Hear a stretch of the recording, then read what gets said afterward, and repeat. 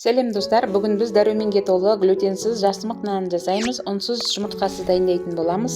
Өте тойымды әрі дәмді шығады, өйткені ол ақуызға, темірге, мырышқа, мысқа бай, калориясы көп, қоректік өнім. Дайындалуы өте оңай, соңына дейін қарап бірге болыңыздар. Алдымен жасымықты жуып тазалап, алдын ала суға 6-7 сағатқа қойып жібітіп аламыз. Жасымықты қамыр илейтін ысқа салып, үстіне суға жібітілген тарыны саламыз. 1 шай қасық тұз салып, блендермен ұнтақтаймыз. Су құюды ұмытпаймыз. Суды құйып, жақсылап ботқа тәріздес болғанша ұнтақтап аламыз. Міне осындай қамыр пайда болады. Енді лимон шырынына ас содасын қосамыз.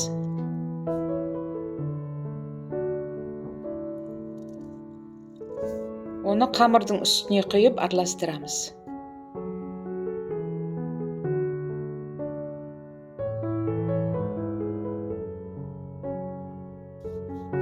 Одан кейін псилиум саламыз. Бұл не үшін деп ойласаңыздар, псилиум аштықының орнына салынады. Мына жерде куркума, кориандр және әртүрлі шөптер дәмдеу үшін қосындысы.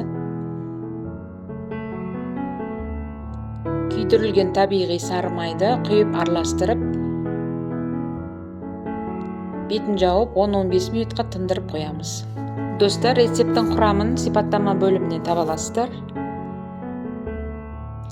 Тындырып алып, формаға салып, бетін тегістейміз.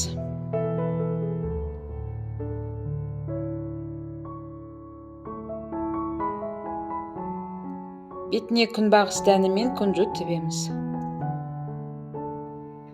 Қызған пеште 180 градуста 45-50 минут ішінде пісіріп аламыз.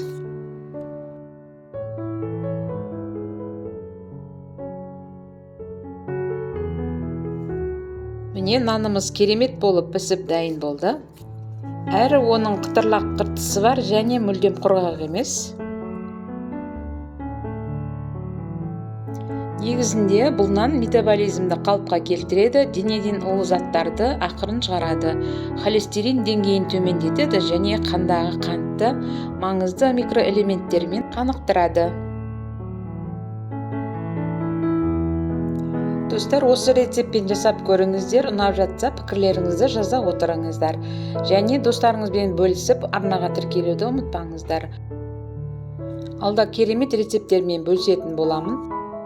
Сіздермен болған Айнұр, баршаңызға сәттілік.